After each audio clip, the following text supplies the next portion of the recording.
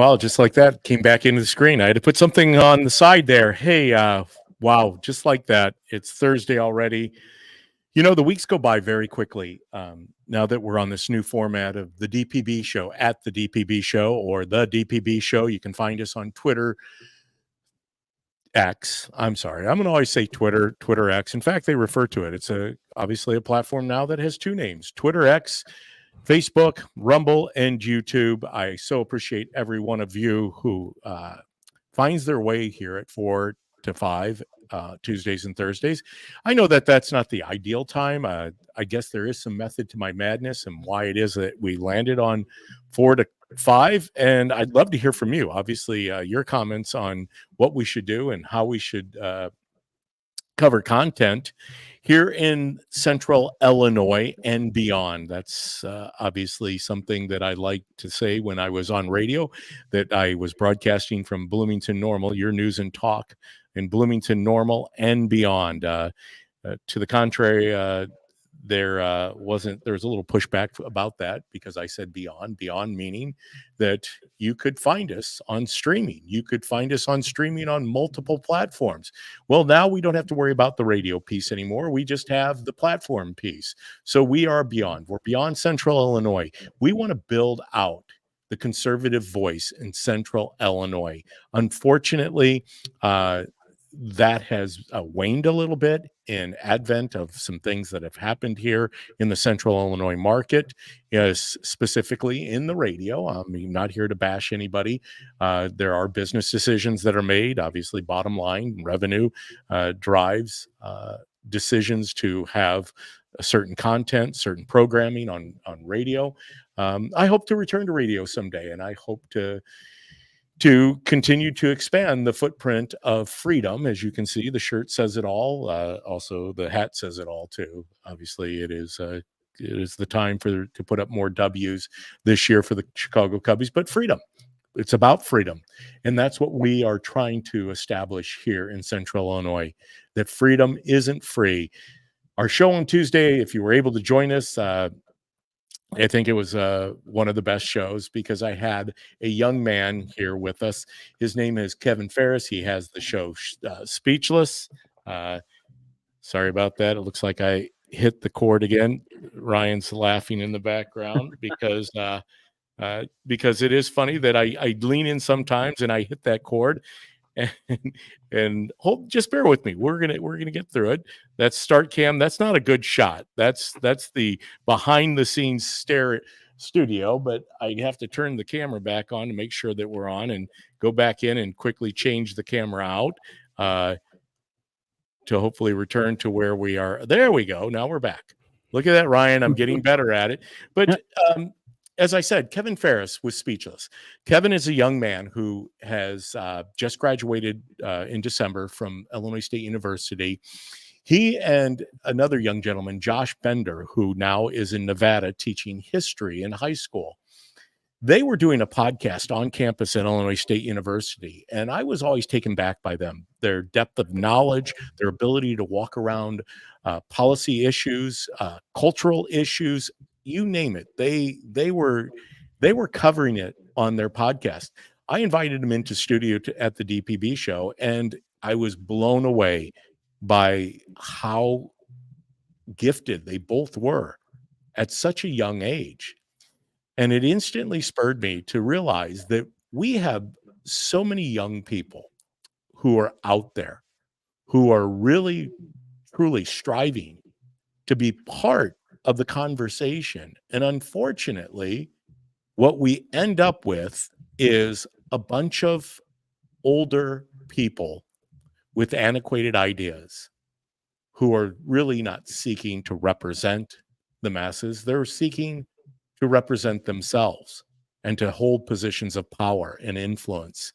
That's what we have not only at the local level, but at the state level and then at the federal level. Kevin, obviously, and people like Kat Peterson, Paul Garcia, Josh Bender, Ty Smith, Ryan McKenzie. I know Ryan's approaching 40, but he's once again in that demographic of what do our future leaders look like? You know, it's one thing to have a conversation about the upcoming election, which is now under 185 days away. I don't have the specific number. I think it might be right up 185. Um, but time is closing in, and there's a lot of shenanigans going out there. As we said, opening up programming or opening up the show in 2024, more in 2024. We're going to see more of everything, more good and more bad. We're going to see just doubling down on what was happening in 2023. We knew what kind of the landscape was about going into 2024, and it's not disappointing us. We are seeing more in 2024, more good, more bad. Uh, Hold on tight because the election is going to this election season, especially through May, June, and July. You are going to see things you never would have dreamt of in the United States of America. That's already been demonstrated here in the last couple weeks with these pro-Palestine rallies, protests, crimes on campuses, college campuses around the United States. That is also starting to show itself for what it is. It's predominantly paid agitators and with college students and college faculty uh, molding together. And when they started arresting and processing people, they were realizing that half of these people had no part in the university community that they were arrested on, and then the other half were had limited affiliation. Very few students were arrested, and very few faculty. And as I said, once this thing goes continues to play itself out, we will realize that everything is bought and paid for. This is purely, I think, a sign of things to come. What we're going to see moving forward, it's pretty clear where things are at right now culturally, the not only on the world stage but here on the United States stage.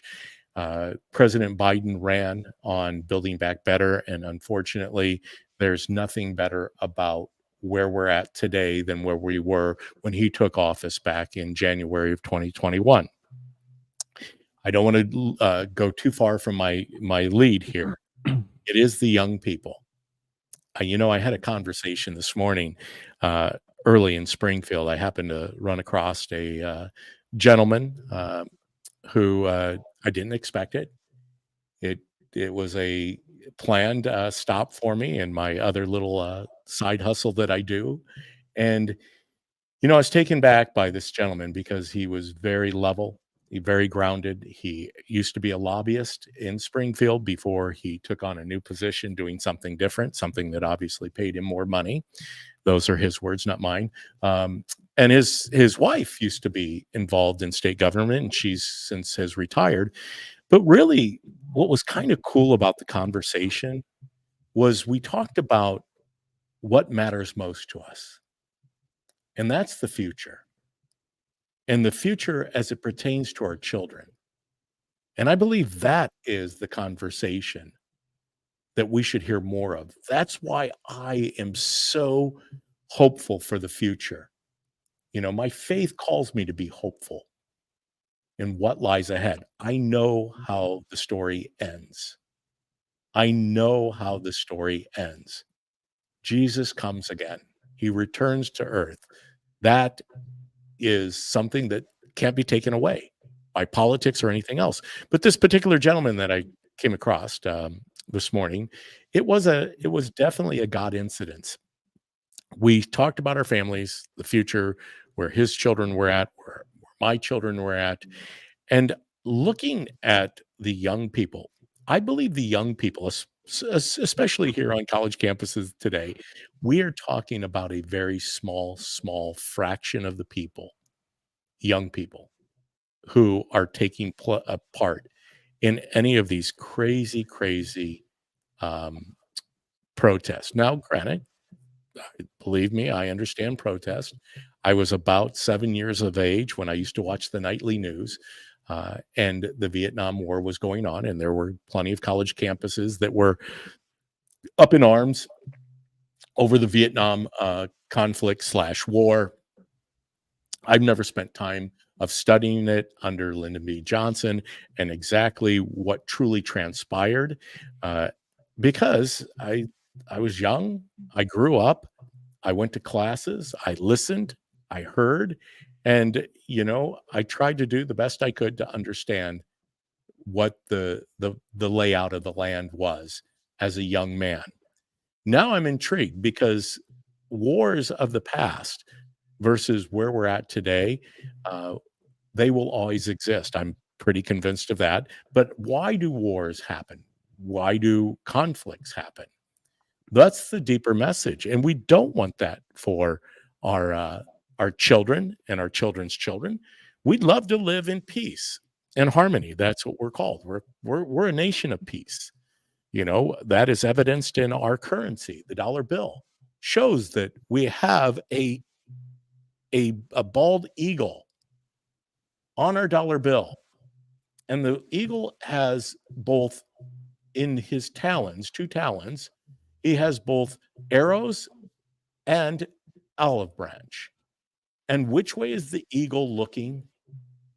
I don't know if you guys have seen this. This might be new to you. He's looking towards the talon that has the olive branch. I love the fact that the olive branch is very popular in Israel, especially in light of what's going on today. But we are a nation of peace. We strive for peace. I think that's what we want. We want to be peaceful people. We want that for our children. We want that for our grandchildren. However, we know that, unfortunately, it's very rare that we live in a time of tranquility, a time of peace, even though Jesus himself said, "It's a peace I leave with you, a peace I give to you, not as the world gives it." See, I think sometimes we expect the world to be at peace, like Jesus brought peace to the world. And if you think about it, Jesus's life, there was nothing peaceful about it here on earth. Everything about Jesus's life, as far as it pertains to peace, is beyond this earth. It's beyond the flesh and blood. Anyhow, I know that's kind of a crazy way to start the show. Once again, I always appreciate everybody joining in, and I'm going to get some of these comments up real quick. Hey, from our very own Kat Peterson, there she is. You rock. And then obviously this is a little longer quote, but as somebody that falls into this age group category, you're describing, I cannot thank you enough for saying the one thing all of us young folk are thinking but cannot say. Also, I'd like to mention this is also the same group of people who were raised to be involved in all the things. We had to be two-notched in every sport, have impressive volunteer work and accumulated hours, a part-time job, a startup in the works, and everything. And from the Lubin Farms, and I'm assuming this is Elizabeth, this is exhausting. It is. The pressure that we put on young people. And granted, like I said, it's demonstrated at UNC, University of North Carolina, where the protesters tried to take down the American flag, and obviously who knows what they would have done with it. They were stopped from taking down the American flag, and now she says, yes, it's me. Hello. So it is Elizabeth. Because she posts as Lubin Farms, but that's her last name. So, well, yeah, there you go. It's the farming community that she's a part of. Elizabeth, did I do that justice?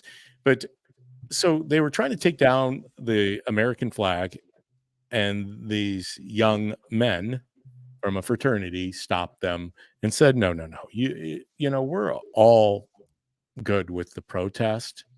That's protected in the First Amendment, the right to assemble and gather and protest. However, what is not allowed is and you know what, even as a protest, Ryan, you're going to probably have to agree with me. And I see I'm a little delayed in getting there. He is right there, Ryan Mac. Hey. There he is. Thanks, Ryan, for holding on, because we know that ran a little longer than I wanted it to, but I wanted to make sure. It's your show. You do how you please. You open it however you need to. I'm just here for the ride. I mean, I had so much to say, especially after Kevin left the other day, and I would have liked to got more of that out. But really, once again, that's not the reason I had Kevin on the show. I had Kevin on Yeah. the show so he could tell us about what was going on, as a 22-year-old man headed off to Liberty University, to the law school there, coming out of the programming, Turning Point USA, and all the things he's involved with. I wanted him to have a run at it, to tell us, bring us up to speed, because he's in the midst of it. He sees it. He's been on the streets being the roving reporter at specific events, namely the Ron DeSantis event down in Peoria, Yeah. where he, went and encountered some street protesters who were obviously anti Ron DeSantis, and specifically they were anti-pro-life, so they wanted their voices to be heard. And Kevin went out there and boldly Yep. just asked him, what were they doing there? Why were they Right. protesting? Which are great questions. It's great questions to hear some of these other reporters from different media outlets who are going out and asking these college students, why are you here? What are you protesting?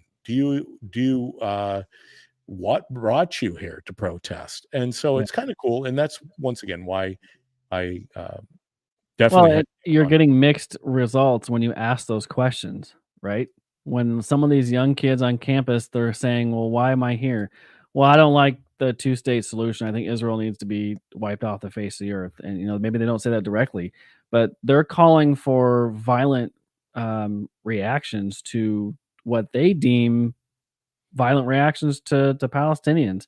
And that's not the solution. We're open to debate. We're open to conversations of what you think should be the result in the Middle East. But if you know nothing about the Middle East background and the conflict that's going on over there, you probably don't have much of an argument in the debate. If you're just up there for a trend on college campus because it's the next cool thing to do is burning American flags and just stomp on campus, then you really have no idea what you're doing. Well, and that's what Kevin Ferris said. Unfortunately, a lot of these young people are getting caught up in this kind of tidal wave, right? They're Yeah. hearing it on the news. It's, once again, the media would rather spend its time focused on events like this versus the real issues Yeah. that are troubling these young people culturally. I mean, what they're up against.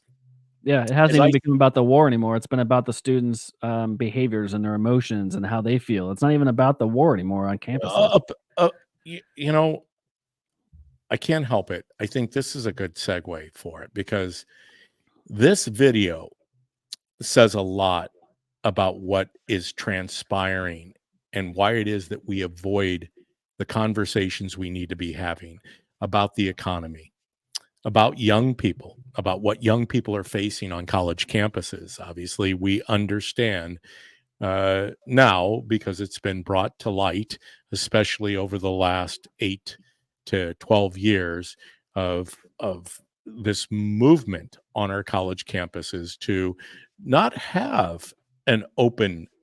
dialogue Yep. about free thinking Yeah. human. How many And times have we seen conservative speakers show up on college campuses and get denied entrance or their speeches shut down? That's not it's open debate.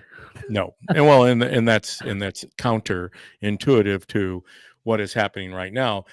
because for so long they were refusing to allow people to speak on campus, and now they want to be heard on campus, whether Yeah. that's the students or these paid professional Yeah. agitators. But I think that this is a good part. And I'll go ahead and set this up for us. This is this is this is Corey Mills, Representative Corey Mills, in Congress, and he's on the House floor, or well, he's in committee, and they Yeah. have Secretary Lloyd Austin, Defense Secretary Lloyd Austin, um, in uh, in this congressional hearing, and he's asking him some questions, and I think it's pretty telling, because Corey Mills specifically wants to get to a point of where we are culturally versus where we were under President Biden, versus where we were just 3 years ago Yep. under President Trump. And of course, me well. I'm since I have to work all the buttons, I have to quickly get everything loaded up here, which I will do here and hit the play button. And here we go. And I might pull it back a little bit here. Let me get it. Oh, I got to add stage. I'm sorry. See, Ryan, I want to make sure that we get the full effect of this. So I'm going to pull it back. The Sahel area has had 8 coups since 2020. Is that correct? There have been a number there, yes. Who has been president of the United States since 2020? Of course, President Biden was inaugurated. And the amount of Iranian missiles and rockets that's been fired has been vastly increased between 2021 and 2024. Would you agree? Over 159 plus attacks. There have been a number of attacks. The vast majority of those attacks have been ineffective. And can you tell me who was president during this time? Of course, it was President Biden. In 2019, we were able to put 18 historic peace treaties in place called the Abraham Accords. Do you agree that given the fact that it wasn't since 1979 for Egypt, 1994 for Jordan's normalized relations with Israel, that this was a very good step towards helping with the stabilization of the Middle East? I do agree with that. And can you tell me who put that in place? It was a previous administration, obviously. Can you tell me who that was exactly, Mr. Secretary? I didn't think so. Under the attacks that took place on October 7th of 2023 that resulted in over 1,200 innocent men, women, and children being slaughtered, being raped, being taken hostage, etc. Can you tell me who was president at that time? It was President Biden. In 2016 and 2020, we recognized that 12% of global trade goes through the Red Sea. And in an effort to try and ensure the safety and security of trade and commerce, which would allow us to keep our goods down, there was a designation as a terrorist organization of the Houthis. Can you tell me who put that designation in place, sir? It was the previous administration. And can you tell me who removed that designation, sir? Of course, it was removed by this administration. And can you tell me whether or not, just a simple yes or no, that we've seen an increase in disruption and attacks in the Red Sea under this administration? We have seen increased violence. Thank you so much, sir. And can you also tell me who was in office in 2014 when Russians came across in Donetsk and also in Lugansk in Ukraine? President Obama. And can you tell me who was the vice president at the time? President Biden. Can you tell me when you saw the greatest advancement? 6 months ago. Okay. And who was the president at the time? If we had the ability to My point in trying to understand this, Mr. Secretary, is that we have pointed out numerous times, as my previous colleagues said, that we are not safer now under this administration than we were previously, which is a contrary statement to what you said, as I've just outlined.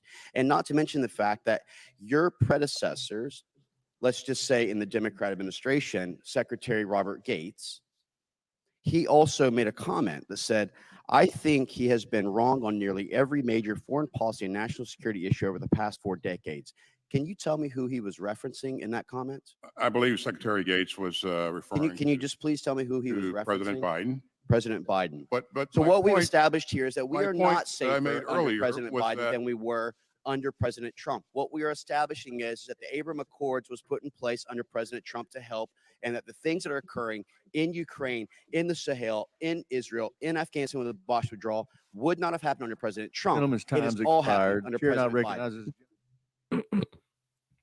Yeah, well, that was good. There you have it. But the reason I play that and I let it run on a little longer because I really was going to stop it, Ryan. Yeah. When he had to admit that President Trump, contrary to everything we're hearing out in the world right now, oh yeah, had a administration, even though he was fighting within both parties, Yep. and no one was supporting him through his administration, he was able to accomplish a lot. And as we know, there weren't missiles being fired.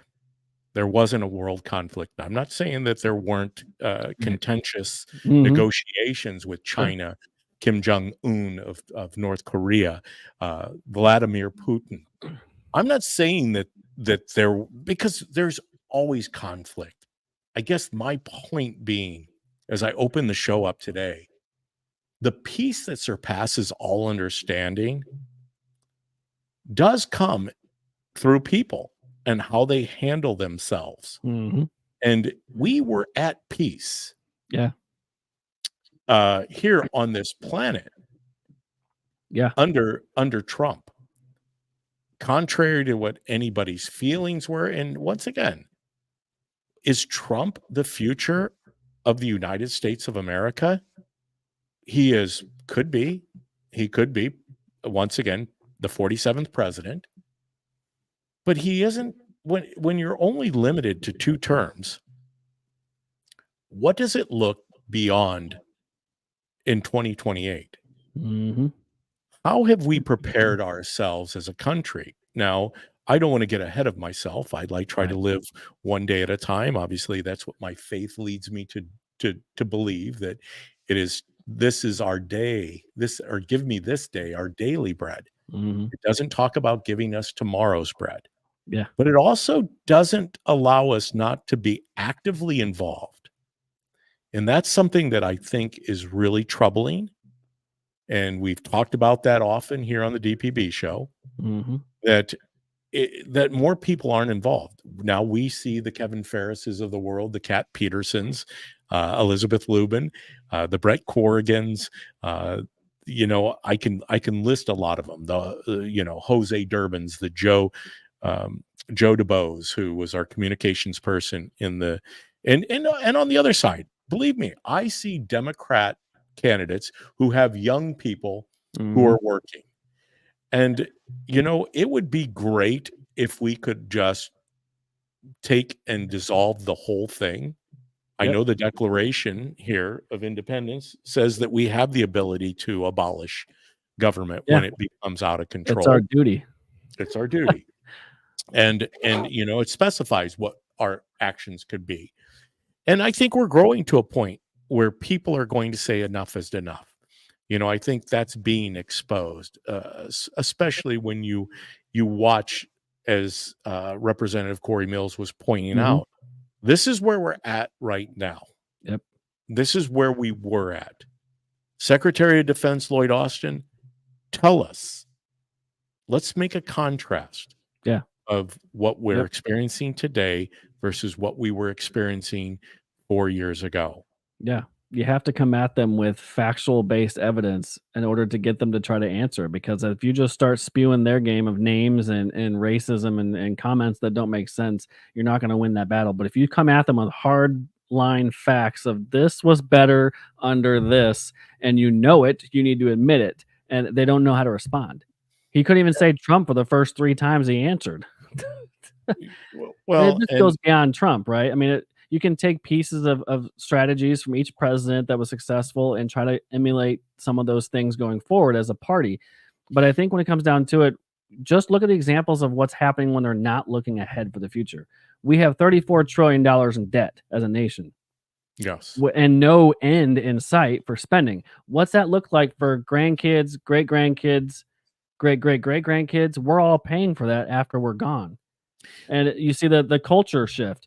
What are we doing with marriage and family? We're eroding those in this country. What this country was built on, faith and family, they've eroded those as a party and made that to the forefront of everybody can love everybody and kids don't matter, they can change their gender. This is what our future looks like if you don't stop this and stand up. Yeah, and once again, why is it that we're there? Because as people of faith, you know, what is our responsibility? I know we spoke a little bit about this on Tuesday's show, Mhm. definitely last Thursday, anytime that we've had Darren on the show. We have a moral obligation because ultimately, when you're looking at uh, the the word demoralize, people, I think, look upon that word differently than I now am looking on it. It means to take morals away from the moral perspective, to demoralize, to to to remove all those things that we hold near and dear to our heart, that are outlined in this Constitution. And to me, that's troubling. And you know what though is reassuring? There are conversations still going on. I don't believe, my conversation this morning in that God incidents with this gentleman that I encountered. He happened to be a lobbyist, so he was close to Madigan at the time. Mhm. And you look at Michael J. Madigan in the Madigan rules, obviously the man controlled the speakership, the longest standing speaker of any state house in the history of the United States of America, Yeah. Speaker Michael J. Madigan. You look at Michael J. Madigan as a human being, once again, right? Human, fully human. Obviously, he believed in running the state a certain way. Mhm. Was it effective? Well, as I say, it's pretty easy to look at the outcomes. Where are we today? What you just alluded to. Yeah. How have we done? The old Moneyball. I know I bring it up a lot. I know I Right. love Dan It's working. Bongino. Why is it not working? Yeah. Yeah. If it's working, why is it not working? Yep. If our school systems, if education and everything that's happening in the public school system, if this indoctrination of the DEI culture, the what's the other catchphrase that they have? It's not only DEI, but ESG and everything else. But yeah, it's LGBTQ what's the one? CRT, culturally critical race theory. Yeah. or responsive teaching is what it is. in culturally Illinois. responsive Yep. teaching. Yes. Yeah, it's the If same thing. culturally responsive teaching, if DEI, if all these things were truly working, then why aren't they working? If the current budgeting for the state of Illinois or the United States government or any community across Illinois, central Illinois, if it was working, then why isn't it working? And that's what blows me away. Mhm. We can only sit back and excuse away. I mean, even to this day, I heard that President Biden, quote unquote, President Biden was out there saying the economy is just flourishing.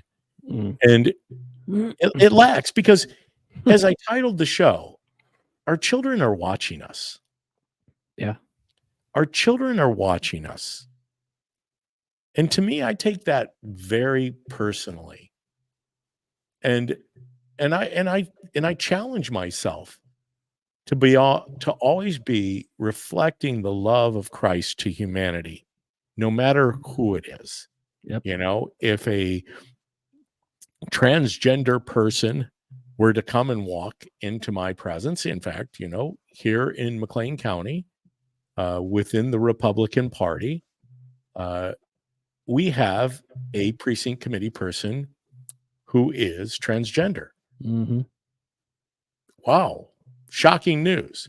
Yeah. Do we lead with that Right. in our publications, in our correspondence? Right. No, because once again, identity isn't what identifies us. Right. By your classification on sexual orientation, the color of your skin, the gender, all those things, race, where you stand on Palestine, Mhm. which once again, where do you stand on Palestine? Because ultimately, what is Palestine? How do you define Palestine? You can't geocode Palestine because there is no country Palestine. Yeah. Do you understand the historical significance to what is transpiring in the Middle East as we speak? And if you don't even know how to answer any of those questions, then obviously go out and learn. Mhm. Do your research, connect the dots. But Yeah. we don't spend the time identifying people and strategizing how it is that these moral imperatives, because that's what they are. Yeah. I don't talk with our specific precinct committee person about the moral imperatives. What I talk about with this person who's transgender is I'd like to know about where they stand on some of these issues, which is Mhm. fascinating if you have a conversation Yeah. with people, you find out a lot about them by opening Yeah. up conversations. Yep. Obviously, this person does not support genital mutilation. Right. Um, they're not in support of hormone therapy for young people. They believe, as this person did, was they made a decision after they were 18. But that is just one of many discussions. Mm-hmm.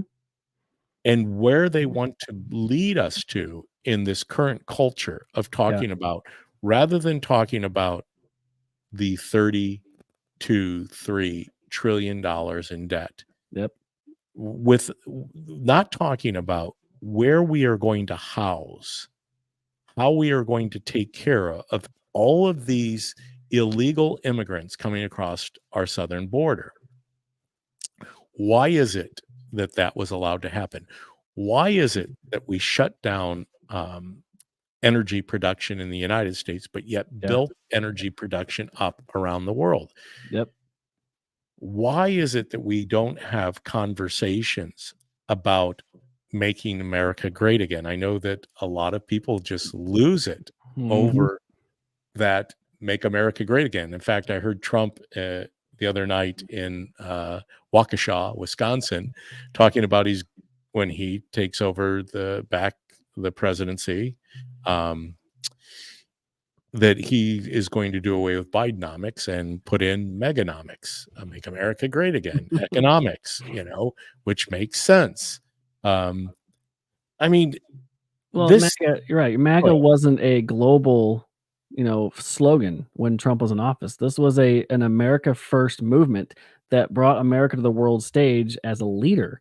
We can't lead when we've got floodgates open up in our country. We can't lead when we're drowning in debt. We can't lead when we're not producing our own energy. We can't lead the world when we're falling apart. America was at its best when it took care of her own priorities first and then helped the world. Trump wasn't perfect by all means. A lot of his policies socially were not as even conservative as they should have been. But when you look at his foreign policies and you look at his America First policies, they worked and America was thriving. That's the contrast with the administrations. You can talk about party lines for the next 200 years and previously, but when you look at what worked, the Democrat Party has always won the battle of the social issues. Economically, they've had some success over the administrations that they've had. Clinton had a surplus, but it wasn't his surplus, or what was going on in the 90s that led to that budget surplus. We weren't spending beyond our means. So you look at some successes from each administration, what worked and what didn't. But over again, we see the Democrat Party just change their gimmick and what they believed in. Eugenics was popular, and that was Planned Parenthood founding on eugenics and sterilization and aborting whole races from the planet. That was the founding of Planned Parenthood. Do they provide services that are helpful? Yes. Overwhelmingly, they had one message. How can we rid the United States of a certain race that we don't agree with? Which gets back to the current climate of kids are watching us. That's right. And this is what you're voting for. Are Republicans going to solve all of our problems? No, but Democrats are going to cause our problems. And I don't want to vote for a party that's going to kill me faster, at least. Yeah. Historically, there was a time when these issues were solved and the ability to communicate and to have open dialogue and constructive dialogue about truly representing the people of the United States. Those days are gone. Lobbyists, special interest groups control DC. They control Springfield. They control most state capitals. They control most county government. And this is the thing that, when I said, can we fix it? And here it is that we're going to add it to the stage. This is a little event that's going to happen coming up this summer. It is the convention, the national convention. There, I had to piece it out there. There we go. The national convention, the Libertarian National Convention.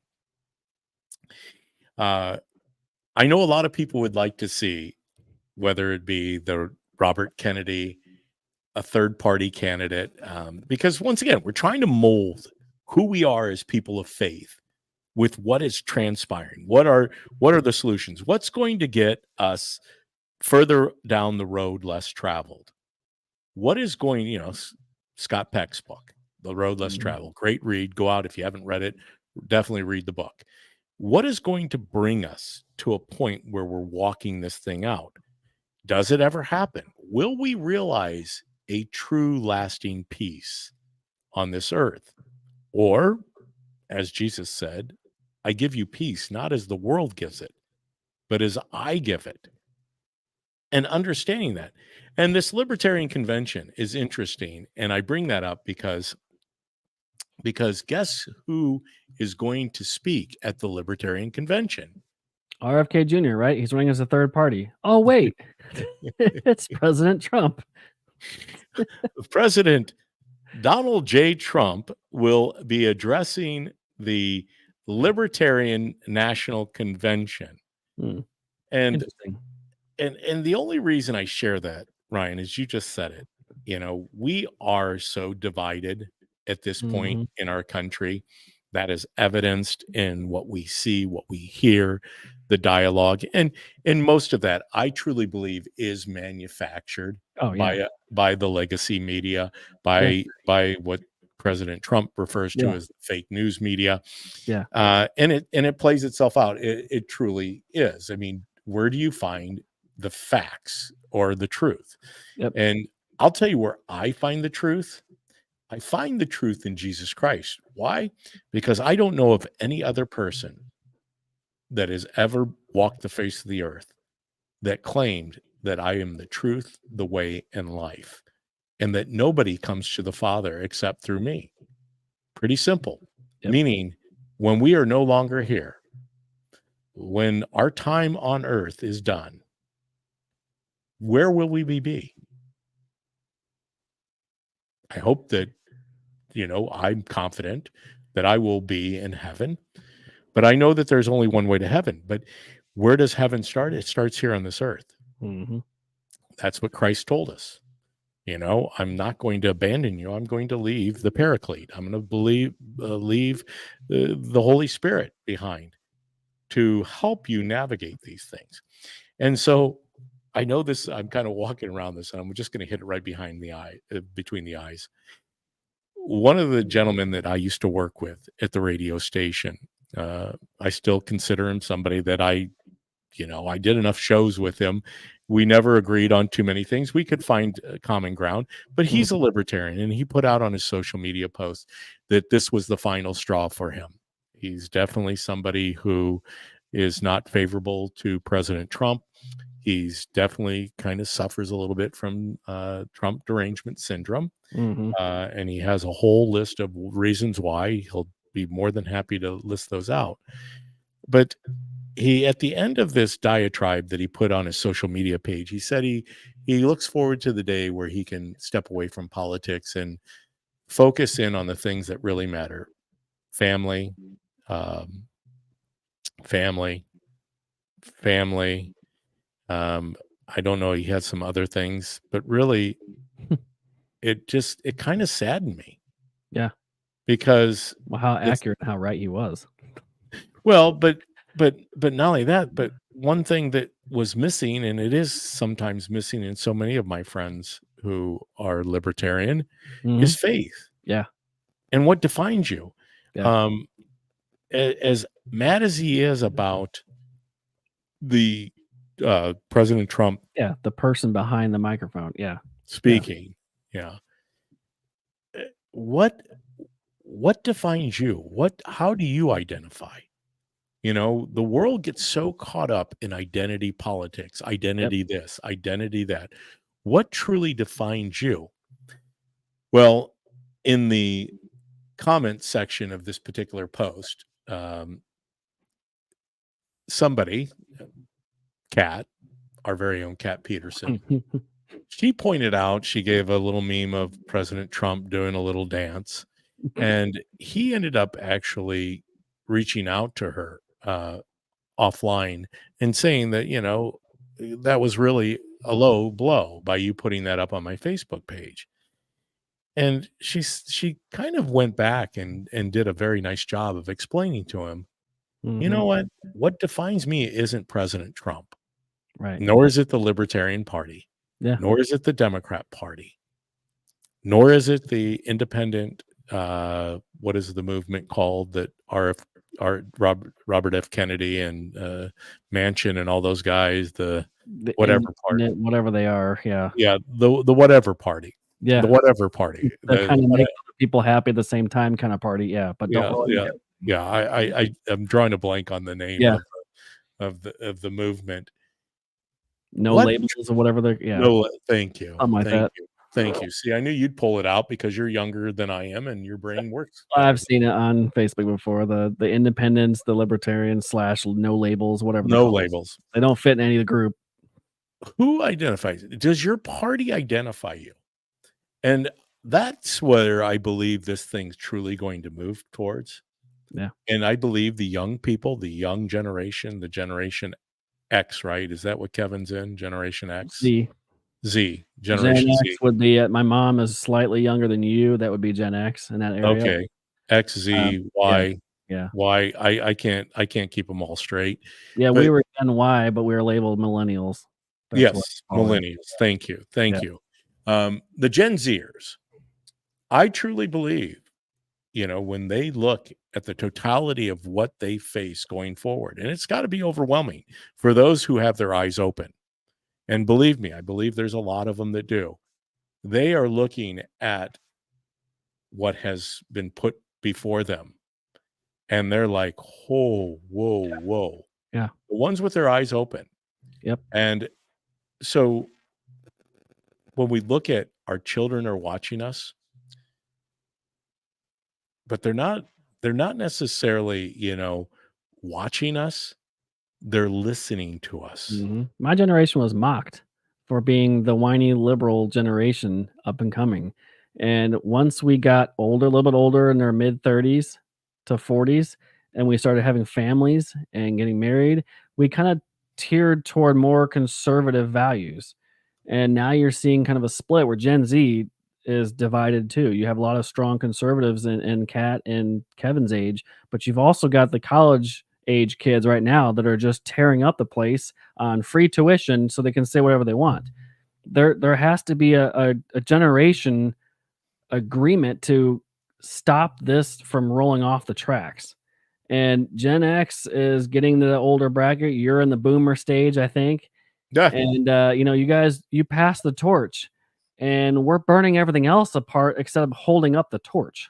So as my generation is becoming like that last kind of torch holder, we're the ones that grew more conservative as we get into our prime years. And now we're passing a torch onto a group of kids who complain about working 40 hours a week and Exactly. drink their $17 coffee from their $1,000 iPhone and complain about capitalism. I mean, that's where our kids are watching us. My kids are watching me every day, and they see some things in the news. They see things on YouTube. They see, like, they ask questions all the time. What is happening? What is, I break it down to layman's term. You have to, for kid reasons, but they see the world through their eyes. And as they're growing into their prime years, they don't like a lot of the things that are happening. They're starting to understand, hey, wait, this isn't America. Why are they burning the flag? It's just simple things like that. Why are they yelling and screaming at people? Why are they doing this? Well, it's inconsistent, especially if you're taking your children to church. And I always encourage people to find a church, especially one that is speaking into these issues rather than coddling. Right. We just finished up the 5-star families. We covered children. We covered teenagers. We covered marriages. Mhm. We covered so many things at the Tabernacle. In fact, those are out there at the Tabernacle. You can go out the Facebook page. The Tab is out there, and you can pull up some of those series. But are we leading? As you said, some parents sometimes say that my children aren't listening to me. I said, don't worry as much as whether they're listening to you. Mhm. You should really be worried that they're watching you. Yeah. And they are. They do. They're watching us. Are we leading? Are we demonstrating and walking out our faith? Are we hitting upon things with our children that we want to make sure unequivocally when things really go bad, that they have something to fall back on, Mhm. because mom and dad are not always going to be there to coddle them and to be that point of reference for them. Are they going to be equipped? Are they going to be ready? And I do believe there are a lot of young people who are ready, who are equipped. I see it coming. I'm hopeful that as I go out and seek to build a bench, which is, as you've heard it said, Ryan, that was one of my sole goals of running for the state house here in Illinois, was to build a bench, to find my replacement. In fact, when I started the journey back in 2017 at a 4th of July parade, I found somebody that I thought was going to be the candidate for the 105th state rep seat. I know she doesn't mind that I mention her name, but it was Chelsea Leffelman. She ended up working on Regan Deering's campaign here, and she's been on in the comment section. But dynamic young lady. At that time, she had 2 kids. Now she has 4. She is so much better, or she is so more versed in all of these issues and walks around them. I mean, she's in her early 30s Mhm. now, and she's part of the future and how she handles herself. But I was looking for that before I was looking to be the candidate. I was looking for someone else to be the candidate. Right. When I couldn't find somebody to run against an incumbent, entrenched establishment person, I became that candidate. I'm glad that the Lord hasn't called me to enter back in as a candidate, and I believe it's because we have this ability to create something unique right Mhm. here in Central Illinois Yep. with the podcast at the DPB show, obviously at the Ryan Mac show. You've got it up there. I think I've left it up there long enough. Hopefully somebody will tune in. Yep. Speechless with Kevin Ferris, who now has his new gig. You'll have to remind me what that is. He just mentioned it the other day. Breakaway USA. Breakaway USA. Thank you. I Yep. know that Kevin put that up there. Breakaway USA, because we are seeing this subtle beating of the heart Mhm. within young people. They want what America was. They have enough of a historical perspective. Mhm. They know where we've been. They know the ground we covered to get to that point. Yep. And to see it all literally wiped away within 3 short years. Yeah. They've taken 250 years of history and just flushed it down the drain. One Well, of the things that Glenn Beck is doing with his movement is preserving our nation's history documents at his museum, and he yes, travels around the country and puts on exhibits and tours and speeches and shows the youth of our country where we came from and what we are today. Without that education background, these kids coming up have no idea what our nation's history was. All they hear it from the UCLA people that we were colonists and we were racist and we were terrible towards everybody and we hate everybody and they hate being here, and that's what they're growing up as. Our children are watching us hate our country.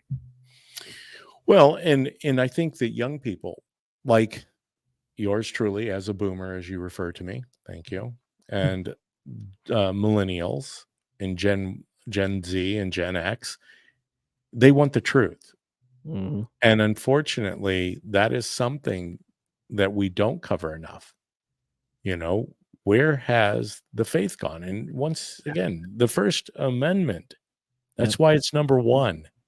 It protects the right to have freedom of religion, Yep. not freedom from religion. And that doesn't matter if you're from Islam, Muslim, Jewish, if you're Christian, whether that be Catholic, Protestant, you have that right given to us by our Creator to go out and expand your knowledge Mhm. on what differentiates you over somebody from the Nation of Islam or a Yep. Muslim or a Jew, Yeah. uh, or a Hindu. What I would I didn't mean encourage. to leave anybody out. I'm not Yeah. trying to exclude anyone. I know we only have a few minutes left, but a quick shout out to the House bill that was just passed about the anti-Semitism legislating bill. This bill creates at first glance, it's oh, okay, well, we want to stop anti-Semitism on college campuses and around the country, right? You want to stop hating Jews and persecuting Jews. Do you dive back into it, and it's really an anti-free speech bill that was passed overwhelmingly by over 300 representatives. And at first glance, like I said, when I read it, it was okay. Well, that's good. You don't want people spouting and hating, Jewish people and their religion. But then if you do a deep dive, it goes into very vague limits on what they can enforce with this bill, and some of it is including the gospel itself, because there is very deep parts of the Bible that Jews killed each other and killed Christ.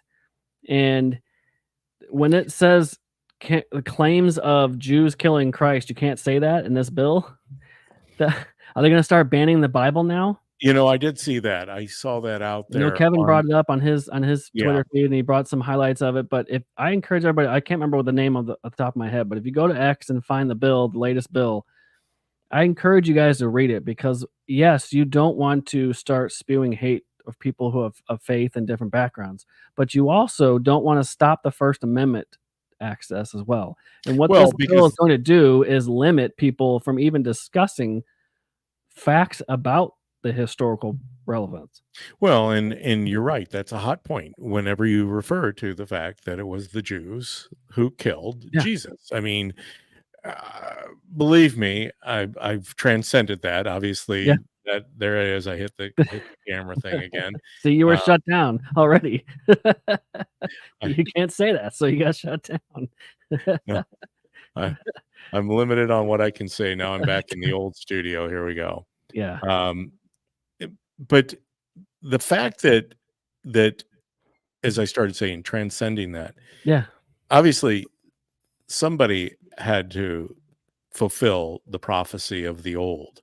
The Old Testament refers to the Old Testament refers to the fact that the Jews would be the ones who led Jesus to the cross. Yeah. So I think from a historical perspective, I get it. Jesus didn't want to die on the cross. Mm-hmm. That's what he pleaded with God about in the Garden of Gethsemane. He said, but not my will, but your will. But it was foretold 800 years before that in the book of Isaiah that Jesus would be led to the slaughter, the lamb. But phrases like that, which are hateful towards the Jewish faith, now is in this bill. So anything that claims to be antithetical or hateful towards Jews cannot be said, and you can be punished for it. That goes against what the First Amendment is even about. Well, one of the things I want to give credit to is, since I brought it up earlier, was the Libertarian National Convention. Obviously, I'm going to be at the Republican National Convention. I encourage those who are Democrats, if any of them listen to my show, to go to your Democrat National Convention. Now, that one's in Chicago. You might want to make sure that you prepare yourself for what that's going to look like and be like. So Peter McCullough, I found it interesting. He's the keynote speaker at the Libertarian National Convention. If you're not familiar with Dr. Peter McCullough, he is the person that led the way during the COVID crisis. You talk about somebody that's more knowledgeable about what has transpired. He is was going to be the mRNA vaccine guy, right? And he even called out the damaging effects of mRNA itself. He did. He was not the original person that worked with the research. That was Malone. Malone was on the research side of it with mRNA, but he was definitely one of the first people out there that was exposing it for what it was. And so anyhow, that's something I wanted to bring up before we do end the show. But most importantly, as I always end the show, I try to wrap it back around what really matters. Our children are watching us. Yep. And whether your children are in colleges or whether they're grown children, they're still watching us. They see us. They hear us. They're seeing what this world is. We are called to obviously not be of this world, but to be in this world. And we need to continue to lead in that manner. You know, the cool thing about this morning's God Incidents with this gentleman down in Springfield was he puts out a daily verse every day. And he started doing that and inviting his children to be part of the daily verse. I thought that was really cool. And out of that, his children started sharing it with their friends. And now that thing's built. Well, after meeting me, one of the things he did is he shared that daily verse with me. Awesome. And now I'm going to share it. And that's part of, I believe, growing the kingdom of God, because ultimately that's what we're commissioned with here Yep. on this earth. God was pretty specific about what he wanted our time on earth to be like. And it was always pointing people to him, not to ourselves, not to a political party, Mm-hmm. not to a way of living, but to God himself. And for us as Christian people, we believe there is only one way, and that is the person in the form of Jesus Christ, God come to earth, incarnate, who said, I am the way, the truth, and the life. No one enters the kingdom but through me. So I think we're going to end it there. I always appreciate you, Ryan, Yeah. being here. Totally. I'm trying to work on next week's shows right now, and where God is leading me with that. I know a lot of this, sometimes people are like, wow, this isn't your normal opinionator show where I'm going to cover a lot of things Yep. that are already being covered by Yeah. so many other people out there. Yep. This is a show where we take our faith and we try to dissect how the faith is impacting the current culture of events as we see them. I appreciate you, Ryan. As I always say in ending, that I love you, but Jesus loves you more. I bid you peace, a peace that surpasses all understanding. As I shared with my friend this morning, my new friend Tim, shalom, shalom, which is, may all the pieces of your world come together. Until next Tuesday, I bid you farewell. We'll see you then. Take care.